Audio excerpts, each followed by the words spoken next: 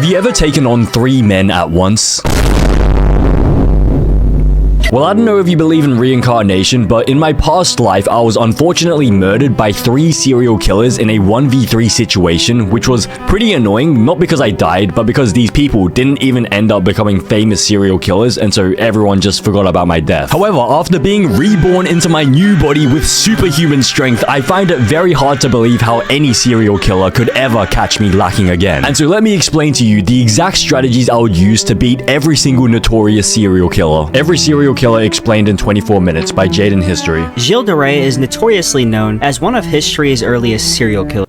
Bro, this guy looks like Lord Farquaad. This will be so easy, bro. This guy looks short as hell. Isn't Lord Farquaad like 5 foot tall? I think you deal with this person the same way you deal with like a serial killer in a wheelchair. You just go up a set of stairs and they won't be able to reach you. He was born in the year 1405 into a wealthy and powerful French family, eventually inheriting vast land and assets after the death of his parents. His upbringing was privileged as he received a good education and went through military training. De Rais achieved fame and respect as a soldier, notably serving as a commander alongside Joan of Arc in battles against the English during the 100 Years' War. For his achievements, he was even awarded the title of Marshal of France, one of the highest military honors. After Joan of Arc's execution in 1431, de Rais' life took a dark and destructive turn. He retired from military service and began spending lots of money on different things in an attempt to make him feel more joyful. This eventually led him to becoming in financial ruin, and his behavior only became more erratic and dangerous. During this time, he began engaging in occult practices, allegedly seeking power, wealth, and knowledge through dark rituals. His crimes involved the abduction, torture, and murder of children, primarily young boys from peasant families. Witnesses later testified that de Rais brutally assaulted his victims, where he gained sadistic pleasure from their pain before ultimately killing them. The exact number of his victims is unknown, but estimates suggest he may have murdered anywhere from dozens to hundreds of children. Okay, so what I'm getting is that this guy is a child, like, sadistic murderer, like a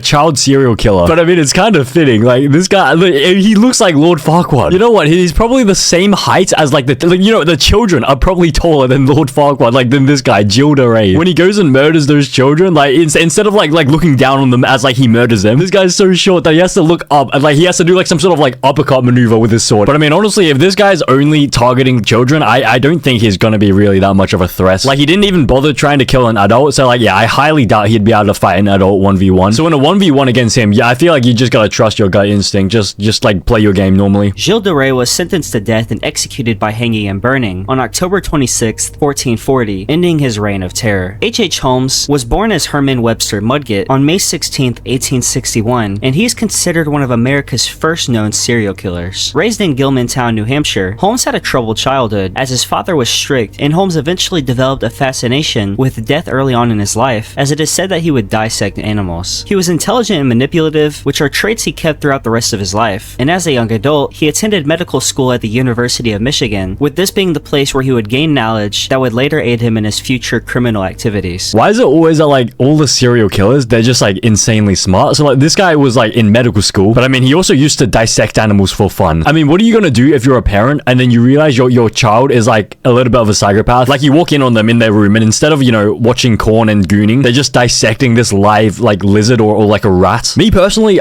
like, 100%, I'm turning them into the police. Like, they're out of my house, because I feel like the parents are, like, the first people to get murdered. I guarantee this person murdered his parents first. After moving to Chicago in the late 1880s, Holmes adopted his new alias and began a career in various schemes. His most infamous venture was the construction of a 3-story building, which became known as the Murder Castle. The building was designed with hidden rooms, secret passageways, soundproof chambers, and a disorienting layout, making it an ideal site for trapping and killing his victims. Holmes lured guests, particularly young women, to the hotel, where he would torture and murder them, often using gas chambers or suffocation. Wait, this guy went to the effort of building an entire, like, building complex just so he could kill his people easier? This guy was dedicated from the beginning. He wanted to devote his life, instead of devoting his life to, like, you know, health, medicine, and the art of, like, saving people, he devoted his life to building this perfect, like, torture chamber. He would then dispose of the bodies by dissecting them and selling their skeletons to medical schools. Holmes's criminal activities extended beyond the Murder Castle, as he would also commit insurance fraud, and during these these schemes, he would murder multiple business partners and acquaintances for financial gain. Wait, so he was also profiting off this? Bro, the skeletons of the victims got sent to medical schools and they had no idea that like these were like murdered people? He was ultimately captured after a failed insurance scheme involving his associate Benjamin Peitzel, who Holmes had unfortunately killed. He was arrested in 1894, and the investigation into him revealed the extent of his murders. He confessed to 27 killings, though the true number could be even higher. Holmes was convicted of murder and sentenced to death, and he was hanged on May 7, 1896 in Philadelphia, bringing an end to the life of one of America's most notorious serial killers. Okay, so here's the thing. So this guy, his method of killing people was gas chambers and suffocating people, but the only way he could do it was by building this like entire 3-story building in order to sort of like trap people and keep them in sort of like a maze. So this was his strategic advantage. So he had this building,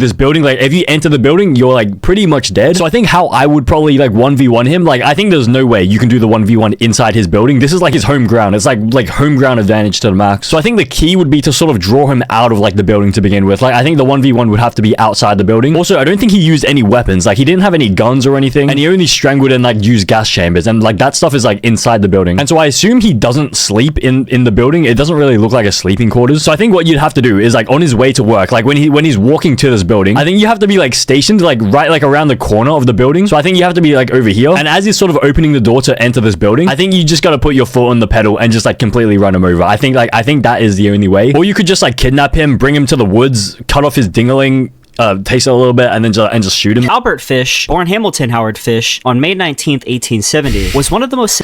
Bro, he looks like a fish. Like, no offense to him, of course, but like, bro, look at those eyes. He actually looks like a fish. Was one of the most sadistic and infamous serial killers in American history. His early life was very rough, as he was placed in an orphanage at a young age due to his father's death and his mother's inability to care for him. At the orphanage, Fish experienced physical abuse, which he later claimed to have enjoyed, sparking his fascination with pain and violence. His family had a history of mental illness, which might have influenced these thoughts and also his later behavior. Fish ended up moving to New York City as a young adult, where he worked as a house painter, and here, he married and had 6 children, making everyone around him believe he was a normal person. A normal person?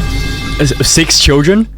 Is that normal? And he enjoyed getting physically abused when he was like a child? Okay, that's very interesting. I think, yeah, this is very telltale signs of like a potential future psychopath. However, that was far from the truth, as he began engaging in very disturbing acts. Fish was known to practice self-harm, inserting needles into his body and inflicting other forms of pain on himself, and he also started abducting, torturing, and murdering children, with cannibalism being a particularly horrific aspect of his actions. Wait, he killed children and ate them?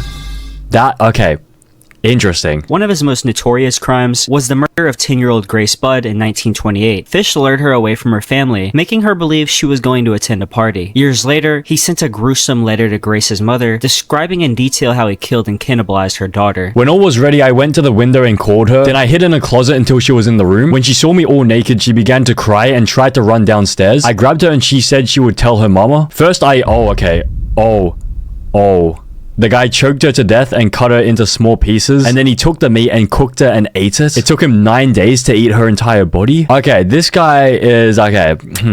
This is very disturbing. Okay, this guy is, yeah, there's definitely something wrong with his mind. And he sent this to the girl's mother. That is like salt in the wound. That's like killing someone in Fortnite and just like hitting the gritty on their body. This letter eventually led to Fish's capture, as the envelope contained a key clue that police traced back to him. Fish confessed to numerous crimes, claiming he had killed several children, though the exact number remains unknown. His confessions revealed how disturbing and twisted he really was, where he explained in detail his masochistic urges and also his religious delusions. He was diagnosed with severe psychosis, but was deemed sane enough to stand trial. He was convicted of Grace Budd's murder and sentenced to death, and on January 16th, 1936, Albert Fish was executed by electric chair at Sing Sing Prison in New York, ending the life of one of America's most depraved killers. Okay, so once again with this person only targets children, and like, yeah, he looks very old, and so I think in a 1v1 fight, I think it'd be pretty easy, and so I think I'd probably toy around with him a little bit. I'd probably, I'd probably grab him by the dingling, just swing him around like a lasso, and then I'd probably,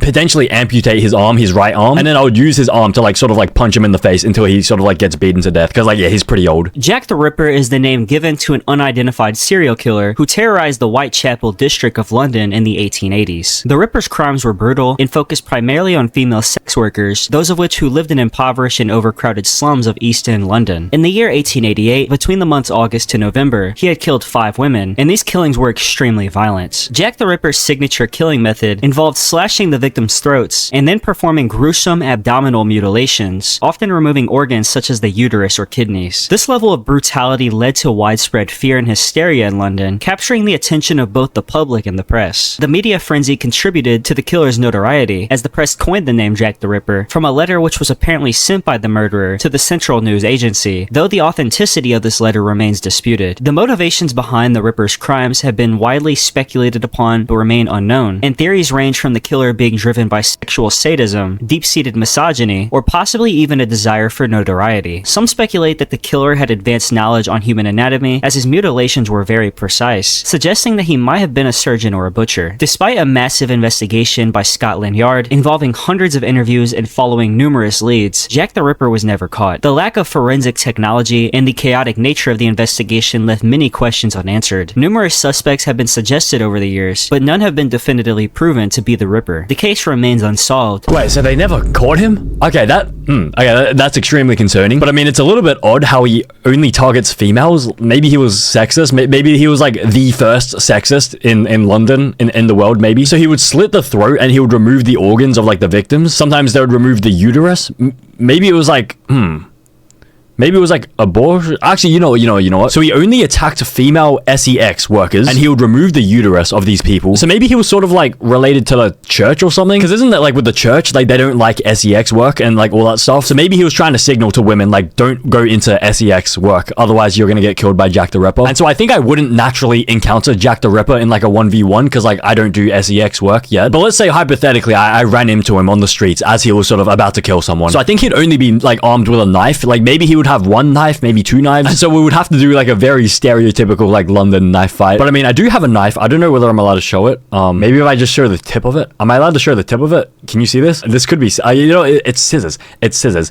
It's scissors. YouTube, it's scissors. It's just a scissor blade. And so I'm pretty trained in like knife fights. And so like, I think I definitely could like easily, like not easily 1v1 him, but like I'd probably have to play like extremely dirty. Like I wouldn't do this in like a ranked fight, like in real life, but I would probably just kick him in the nuts and like just disarm him, just like knock his hand. And then once he has no weapon, it's pretty much GG. I would just attack him with the with the scissors, the scissors. Andrei Chikatilo, known as the Butcher of Rostov, was born on October 16th, 1936 in the Ukrainian SSR. His early life was not easy, as he grew up during the famine in the Soviet Union, which led to tales of cannibalism in his village. His father was captured during World War II, and Chikatilo himself faced bullying due to his shy nature and physical weakness. These early experiences likely influenced his later violent tendencies, and as he got older, he worked various jobs, eventually becoming a teacher. However, his inability to maintain discipline in the classroom and his inappropriate behavior towards students led to his dismissal. He later worked as a factory clerk, and despite his troubled behavior, he married and fathered 2 children, maintaining a facade that he was a normal citizen. His killing spree began in 1978 and lasted until 1990, as he targeted women and children, luring them to secluded areas where he would assault, mutilate, and murder them. His victims suffered horrific violence, including stabbing, disembowelment, and partial cannibalism, and Chikatilo derived— Bro, why are all of these people cannibals? Like, what is it with like cannibalism? Is it really that appealing? Like, actually, you know what? What if human meat like actually tasted good? And like, what if the government knew that human meat tasted good? And then that's why they're just like, everyone like, do not ever like do cannibalism, because once you try it once, you get like addicted to it. And Chikatilo derived sexual gratification from the act of killing, which he later attributed to him feeling like he had little power in other aspects of his life. Because of this, he claimed that his crimes were driven by anger and sexual frustration. Wait, so instead of gooning, this guy goes and kills people? He feels sexual like satisfaction from killing people? Bro, just goon. Was gooning not invented back then? Like, bro, that's literally the solution. Just go and like nut on like a wall or something. Like, you don't have to kill someone. Despite being arrested multiple times during the investigation, Chikatilo evaded capture due to a lack of evidence and investigative errors. He was finally caught in November 1990 when undercover officers observed him approaching children at a train station. Forensic evidence, including blood and semen samples, linked him to several of the murders, and he eventually ended up confessing to killing Bro, does this guy not have any other clothes? Why is this the only t-shirt he wears? It's some stupid like Audi like button-up shirt. He's wearing it here, and he's also wearing it back here as well, and he's also wearing it here as well.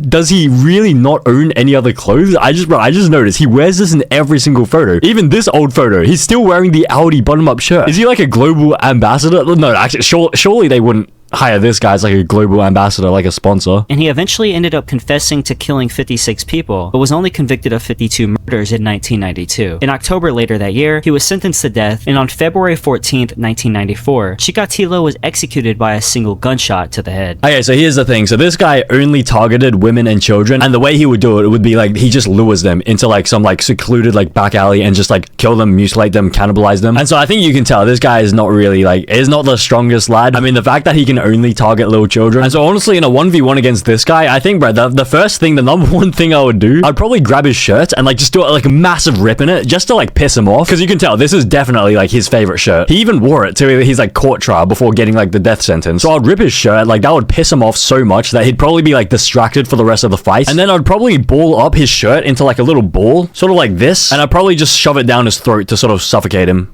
Hypothetically, like in GTA. The Toy Box Killer, who was born as David Parker Ray on November 6, 1939, in Belen, New Mexico, had a very troubled childhood. He was raised by his grandfather, who would give him extreme punishments, and he was often exposed to violent pornography by his father, which allegedly influenced his sadistic tendencies. Ray struggled with feelings of inadequacy and developed strange sexual fantasies from an early age. As an adult, Ray worked as a mechanic for the New Mexico Parts Department, gaining a reputation as a skilled handyman. Behind this ordinary facade, he constructed a soundproof trailer, which he called his toy box, equipped with a gynecological chair, surgical tools, whips, chains, and other tools for torture. Ray lured victims into his trailer, often with the help of accomplices, including his girlfriend Cindy Hendy. Once inside, the victims were drugged, restrained, and subjected to horrific torture and sexual assault, sometimes lasting for days on end. Ray would also record his sessions, playing tapes of the victims that detailed the torment that they would later endure. His sadistic acts were driven by a desire for control and domination, and he meticulously planned his crimes to avoid detection. He is suspected of murdering multiple victims, though none of the bodies were ever found, making it difficult to determine the full extent of his crimes. He was eventually caught in 1999 when one of his victims, Cynthia Vigil, managed to escape from his trailer and alerted authorities. An investigation took place, uncovering the chilling contents of the trailer, and this led to Ray's arrest. He was convicted of numerous charges, including kidnapping and torture, and was sentenced to 224 years in prison. Damn, well that will keep him occupied. Maybe a little bit. So once again, this guy targets women as well. Okay, so I'm starting to notice a pattern here. Like, people either just target women and children or both. But he built a soundproof van just to torture women. That, okay, But I've also noticed that everything, it all relates to, like, the way that they were, like, brought up. Because they said that this guy was abused when he was younger, and his dad showed him, like, violent porn when he was younger, and that sort of, like, traumatized him. And it probably influenced, like, the way he sort of, like, does that sort of torture to the women. So I guess that's why it's very important to protect, the young people from, like, stuff on the internet. So, like, didn't there used to be, like, so many, like, gore websites on the internet? Like, my friends used to tell me about how in high school, like, they would just watch so much gore videos just for no reason. Like, just to desensitize themselves. But that's just so stupid. Like, that's like psychopath behavior. Like, if you want to turn yourself into like a serial killer when you're older, like just show yourself like gore videos and everything when you're super young. But I mean, this guy seems very like old, and so I don't think it would be like too hard for me personally to like overpower him. And so what I would do, like, potentially, what if I gave him a taste of his own medicine? What if I just grabbed him, manhandled him, just strapped him into this chair? And what if I just grabbed his instruction manual and just did all the stuff that he did to the women onto him, just to check, like, just to test it out? John Wayne Gacy, often referred to as the Killer Clown, was responsible for the murders of at least 33 young men and boys. He was born on March 17th, 1942 in Chicago, Illinois, and he had a pretty rough childhood. I mean,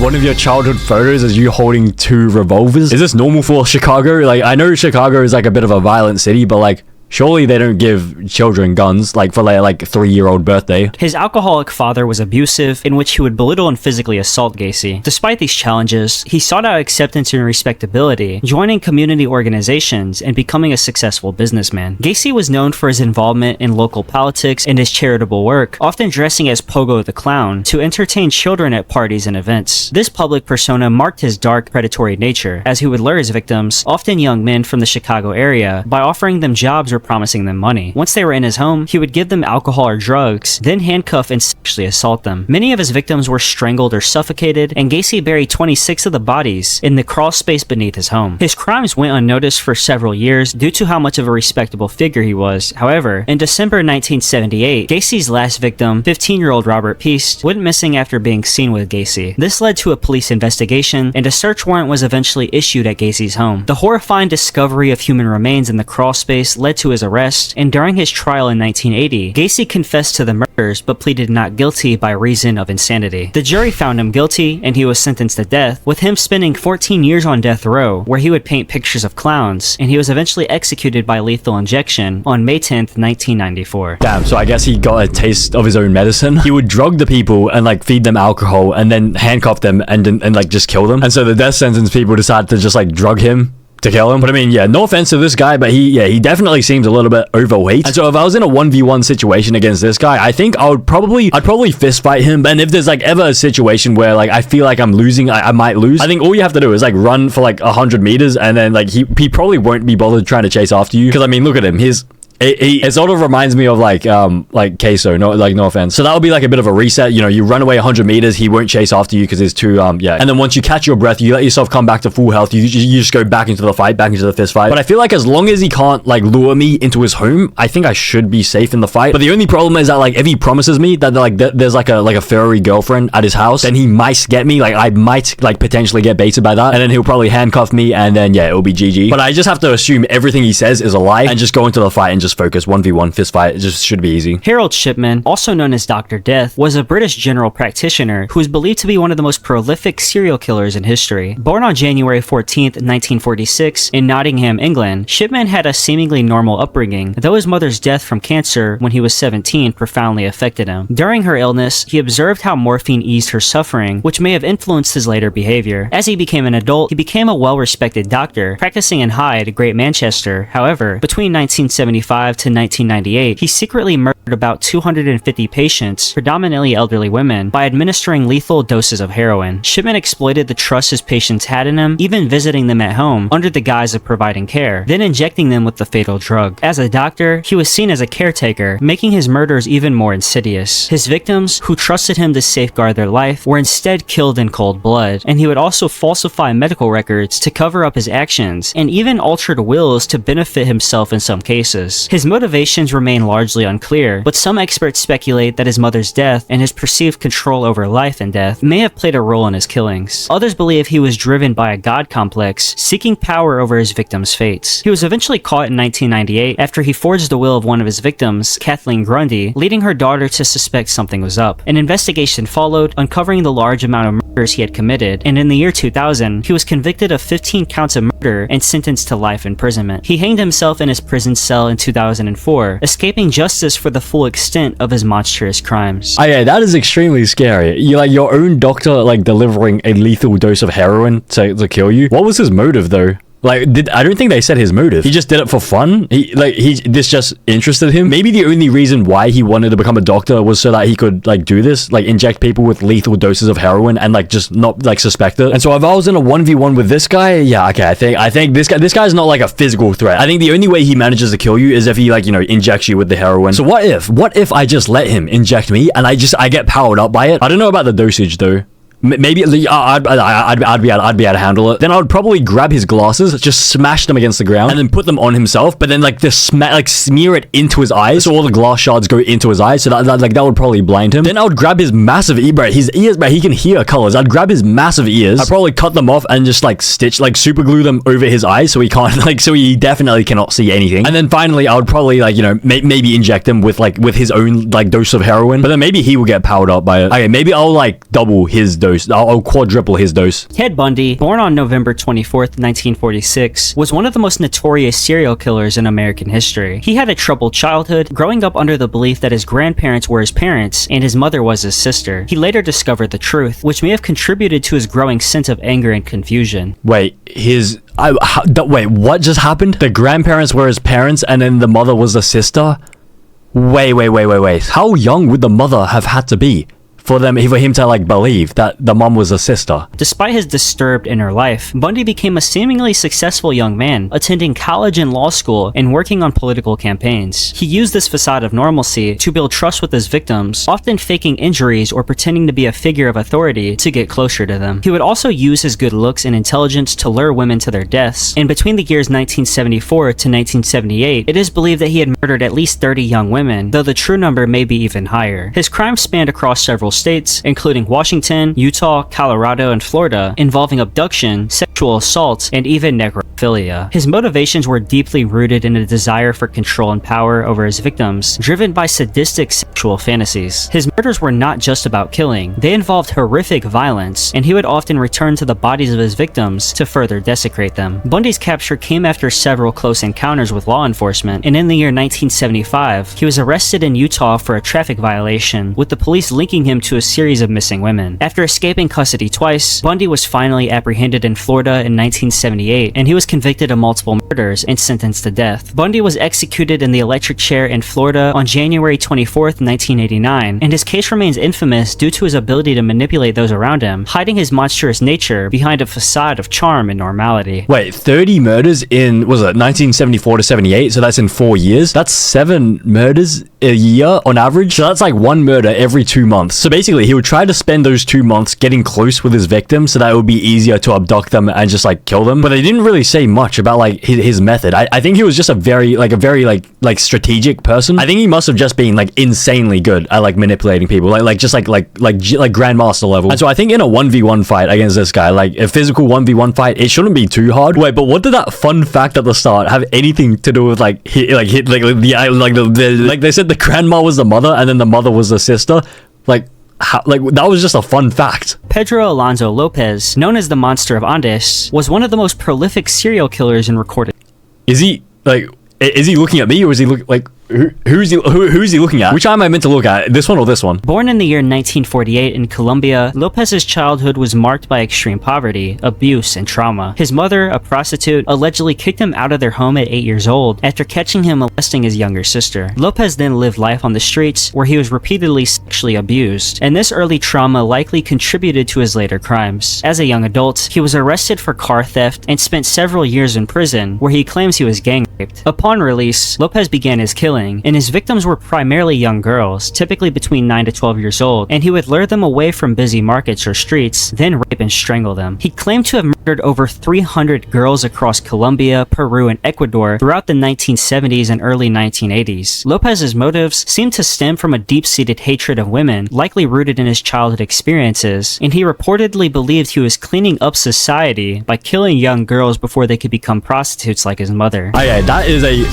very, like, you've just gone from like 0 to 100. That's a very like strange conclusion to make. So basically he thinks every single woman is like gonna be like eventually become like an OnlyFans model. In the year 1980, Lopez was caught attempting to abduct a young girl in Ecuador. He eventually confessed to his crimes and led authorities to the graves of 53 of his victims. He was convicted of murdering 110 girls in Ecuador and sentenced to life in prison. However, he was for some reason released from prison in 1994 after serving only 14 years due to apparent good behavior in Ecuador's maximum sentence laws. Bro, he murdered over 100 young girls and he got 14 years and then he got out. He was deported to Colombia, where he was briefly held before being declared sane and released in 1998. Lopez's current whereabouts are unknown, and it is believed that he is still alive today, which has caused significant controversy and fear. The true extent of Lopez's crimes may never be known, but his actions have left a lasting impact on the families of his victims and the communities he terrorized, with his case highlighting the issues in the justice system in these countries. Wait, he's alive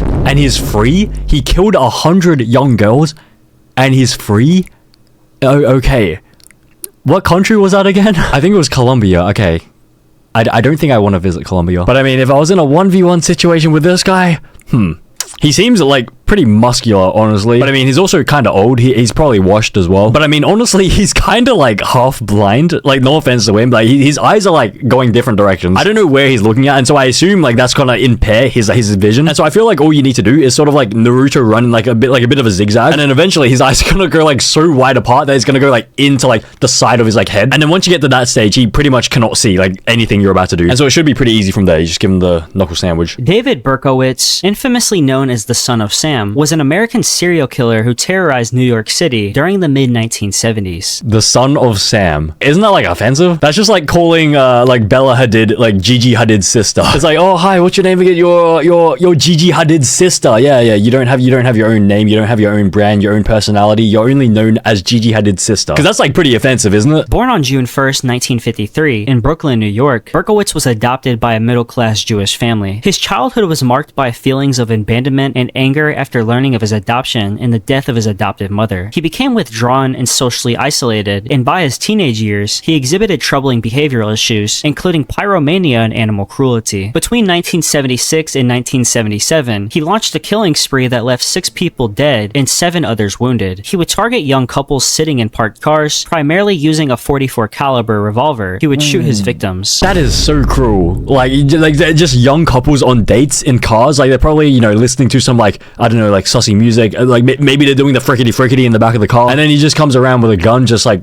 shoots them both. Berkowitz's attacks created widespread fear throughout the city, as they appeared random and senseless. He taunted police and the media with cryptic letters, signed the Son of Sam, claiming to be driven by a demonic force that spoke to him through his neighbor's dog. His motivations were rooted in a demonic force that speaks to you through your neighbor's dog. Okay, so I guess we've sort of narrowed down the search. So anyone who has a neighbor that has a dog, like that could be the Son of Sam. His motivations were rooted in his delusional beliefs, and he claimed to be under the influence of satanic forces. His actions and bizarre letters sparked a media frenzy, and many in the city lived in fear during the height of his killing spree. Despite a massive manhunt, Berkowitz remained elusive. That is until he received a parking ticket near one of the crime scenes, and this led to his arrest in August 1977. He quickly confessed to the shootings, stating that a demon named Sam had commanded him to kill. He was convicted of multiple murders and sentenced to 6 consecutive life sentences. During his imprisonment, Berkowitz claimed to have found religion, renouncing his earlier beliefs, and now instead referring to himself as the Son of Hope. Despite his supposed transformation, Berkowitz remained in prison, where he continues to serve his life sentences without the possibility of parole. Wait, so the only reason why he got caught was because he got a parking ticket near one of like the murder scenes? That is a rookie mistake. And it's like, he wasn't even a rookie at that point. But I mean, how would I 1v1 this guy? I mean, yeah, he does look pretty dangerous. He also looks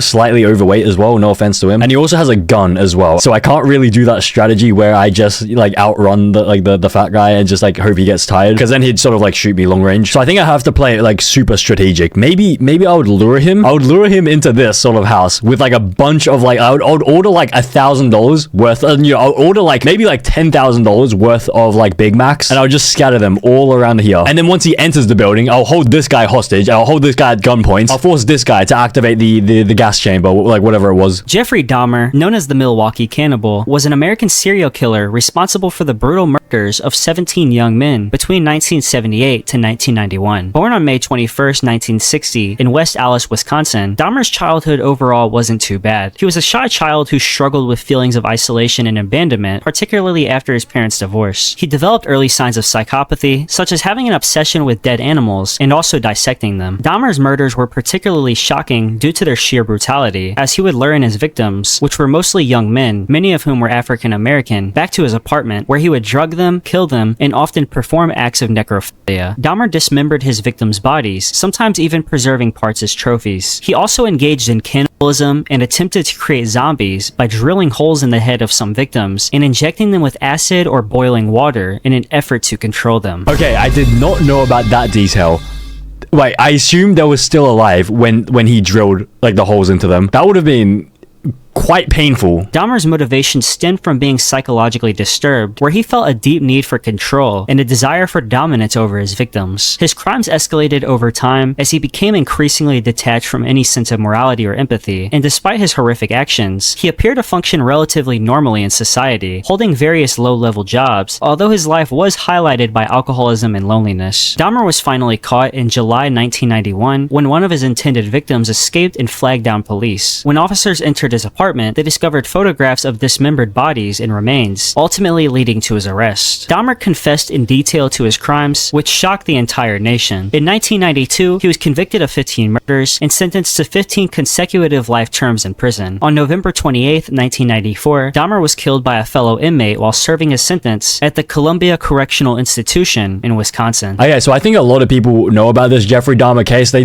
think they did like a Netflix show about it or something. But I mean, how would I 1v1 this guy? I think as soon as you enter his house, I think it could be GG. So I think you'd have to do the 1v1 like outside of his house. I mean, if I had a gun, like it would probably be easier, but I assume he would also have a gun as well. What if I just like play dead and then like as he comes to me, okay, not like, you know, he would probably also, you know, like, he'd probably come to me as well. But as he comes to me, like to try and dismember me, what if I just do like a bit of like a surprise attack? I just grab him by the nuts and I just like squeeze his balls. Like I just keep squeezing and everything, and like I don't stop it. Like I keep squeezing all the way around, and I keep going.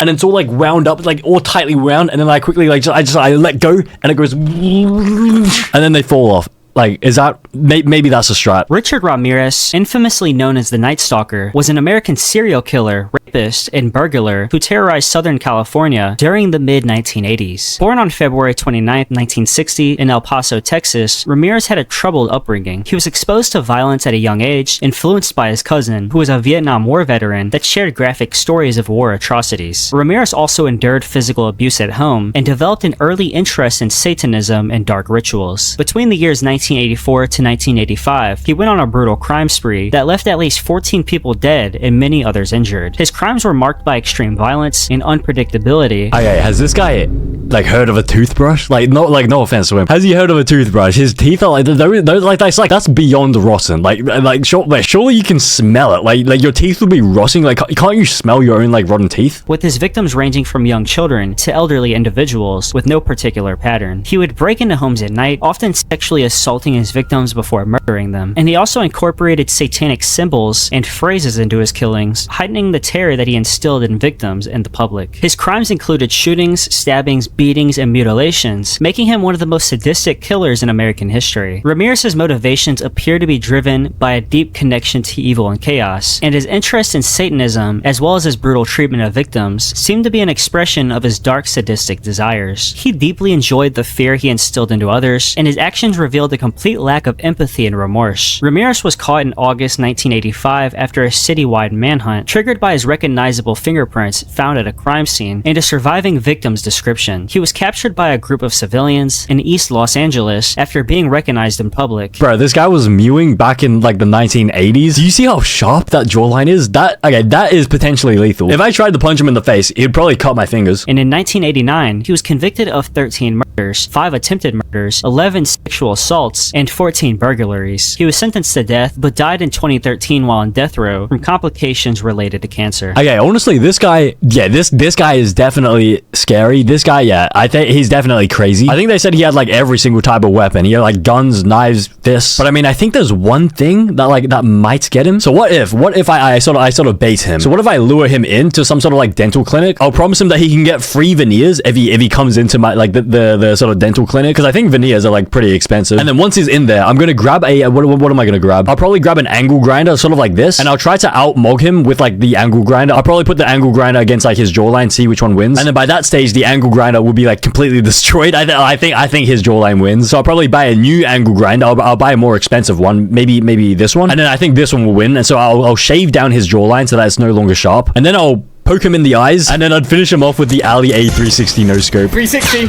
Let's go. Let's go, headshot!